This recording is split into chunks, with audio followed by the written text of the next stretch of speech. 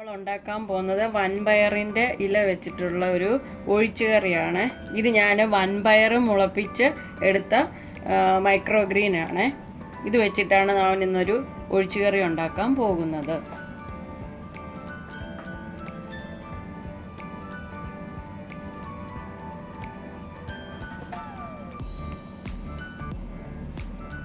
ഇത് ഞാനിനി ഒന്ന് കട്ട് ചെയ്തെടുക്കട്ടെ. കട്ട് ചെയ്യാൻ പോവാണേ.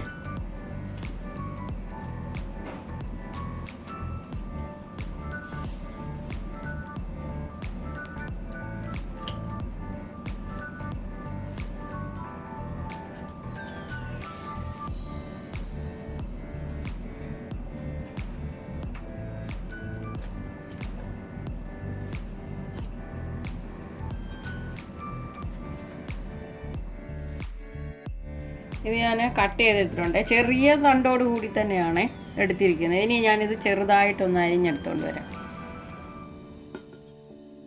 ഇല നമ്മളിപ്പം ഇതുപോലെ ചെറുതായിട്ട് അരിഞ്ഞു വെച്ചിട്ടുണ്ട്. പിന്നെ ഇതിനാവശ്യമായിട്ടുള്ള സാധനം അരയ്ക്കാനുള്ളത് ഈ തേങ്ങായും ഒരു ചെറിയ 2 പിഞ്ച് പിന്നെ ജീരകവും ചെറിയ ജീരകവും, അതായത് നല്ല ജീരകവും 2 അല്ലി വെളുത്തുള്ളി, 3 ചെറിയ പച്ചമുളകും, ശകലാവശ്യത്തിന് മഞ്ഞൾപ്പൊടി, ഒരു 1/4 ടീസ്പൂൺ മഞ്ഞൾപ്പൊടിയും കൂടെ ഇത് നല്ലതായിട്ട് പേസ്റ്റ് പോലെ അരച്ചെടുക്കണം. പിന്നെ നമ്മൾക്ക് കടു താളിക്കാൻ വേണ്ടിയിട്ട് ചെറിയ ഉള്ളി, ഒരു 10 ചെറിയ ഉള്ളി ഞാൻ ചെറുതായിട്ട് അരിഞ്ഞത്, ഒരു വറ്റൽമുളകും, പിന്നെ ഇനി കടുവും കൂടെ നമുക്കത് കാണിക്കാം.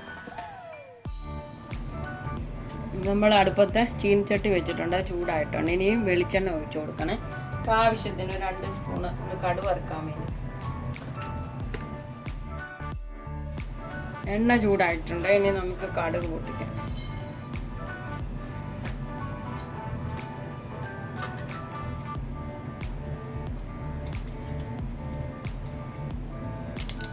കടുക് പൊട്ടി ഇനി നമുക്ക് വറ്റൽമുളകും ഞാൻ ചെറിയ ഉള്ളിയും കൂടെ ഇട്ട് കൊടുക്കുവാണ്.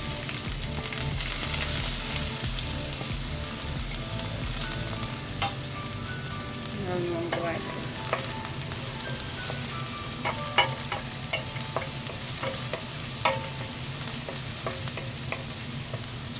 ഇത് ഇല ആയതുകൊണ്ട് ഞാൻ കറിവേപ്പില ചേർക്കുന്നില്ല.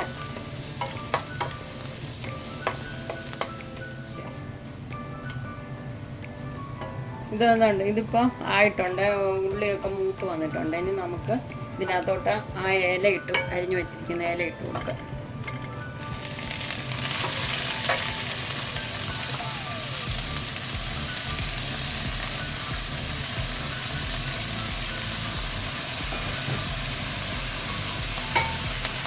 നമുക്കൊന്ന് വഴറ്റി കൊടുക്കാം.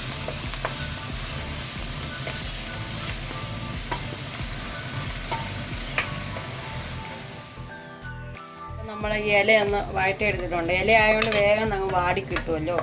ഇനി നമുക്ക് ഇതിനകത്തേക്ക് വേണ്ട തേങ്ങ അരച്ച് വെച്ചിരിക്കുന്ന ഈ തേങ്ങയുടെ കൂട്ട് ചേർക്കാം.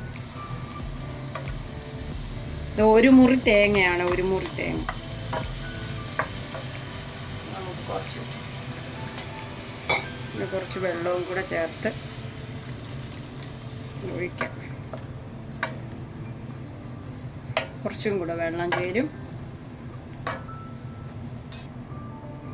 വേണ്ട, ഞാൻ കുറച്ചും കൂടെ വെള്ളം ഒഴിക്കുന്നുണ്ട്, നമ്മുടെ ആവശ്യത്തിന്, കറിയുടെ ലൂസ് അനുസരിച്ച്.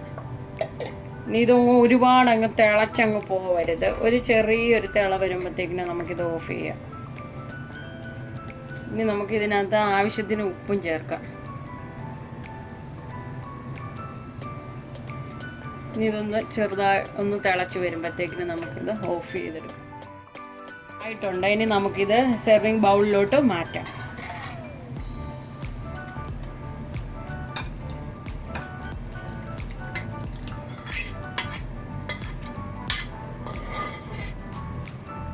ഇങ്ങനെ നമ്മുടെ ഒഴിച്ചുകറി ഇവിടെ റെഡി ആയിട്ടുണ്ട്. ഇനി നമുക്കിത് ചോറിൻ്റെ കൂടെ കഴിക്കാം.